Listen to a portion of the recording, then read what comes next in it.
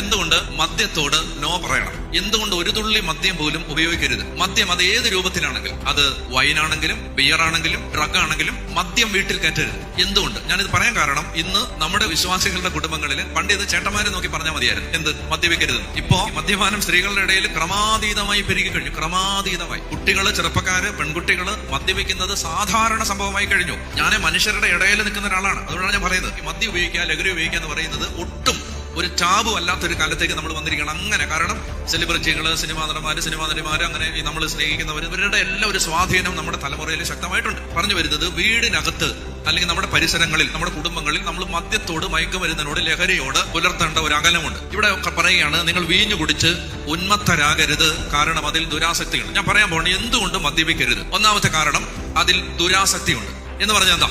മദ്യപിക്കുന്ന സമയത്ത്, മദ്യം അകത്ത് കയറുന്ന സമയത്ത് ഒരു മനുഷ്യന്റെ അകത്തുള്ള എല്ലാ അധമബോധവും ഉണരും.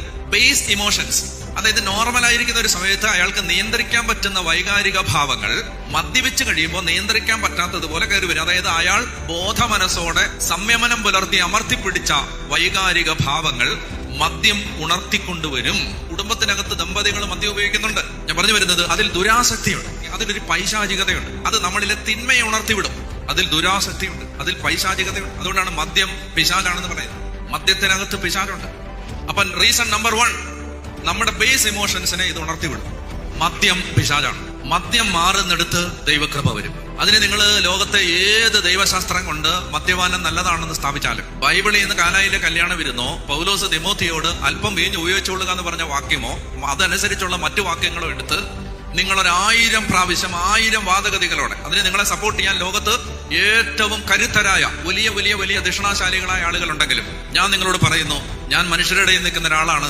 തകർന്നടിഞ്ഞ ലക്ഷക്കണക്കിന് കുടുംബങ്ങളുടെ മുമ്പിൽ നിന്ന് ഞാൻ പറയുന്നു, മദ്യം പിശാചാണ്. മദ്യപിക്കുന്നവൻ രക്ഷപ്പെടില്ല. മദ്യം മാറ്റി നിർത്തേണ്ട തിന്മയാണ്. അത് വീട്ടിൽ നിന്ന് മാറ്റി നിർത്തണം, കൂട്ടായ്മയിൽ നിന്ന് മാറ്റി നിർത്തണം, വിശേഷാവസരങ്ങളിൽ നിന്ന് മാറ്റി നിർത്തണം, നമ്മൾ കൂടി വരുന്ന സന്ദർഭങ്ങളിൽ നിന്ന് മാറ്റി നിർത്തണം. സ്വകാര്യ ജീവിതത്തിൽ നിന്നും പൊതുജീവിതത്തിൽ നിന്നും പറിച്ച് ദൂരെ എറിയേണ്ട മഹാവിപത്താണ് മദ്യപാനവും ലഹരിയുടെ ഉപയോഗം. അതുകൊണ്ട് വിശ്വാസി ഒരു തീരുമാനം എടുക്കണം, എന്റെ വീട്ടിൽ മദ്യം കയറ്റില്ല, എന്റെ ശരീരത്തിലും മദ്യം പ്രവേശിക്കാൻ ഞാൻ സമ്മതിക്കില്ല.